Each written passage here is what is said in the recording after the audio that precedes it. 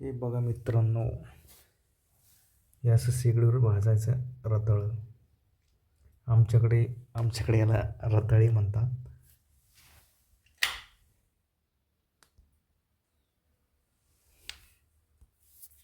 आता ही भाजलंय. आता याची शिलकी काढायची अशी.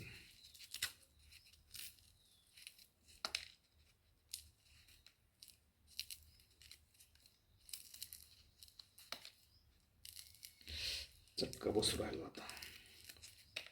शिलकी काढून घ्यायची याची. ही झाली आता शिलकी काढून बाजूला ठेवतो.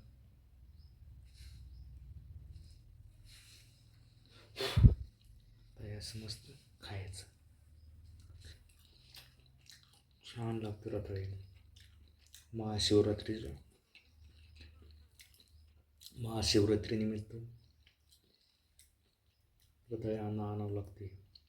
उपासाला खायला चांगले असतात. हे आलूसारखे जमिनीत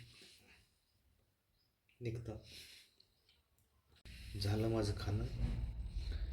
तुम्ही पण खा उपवासाला. धन्यवाद.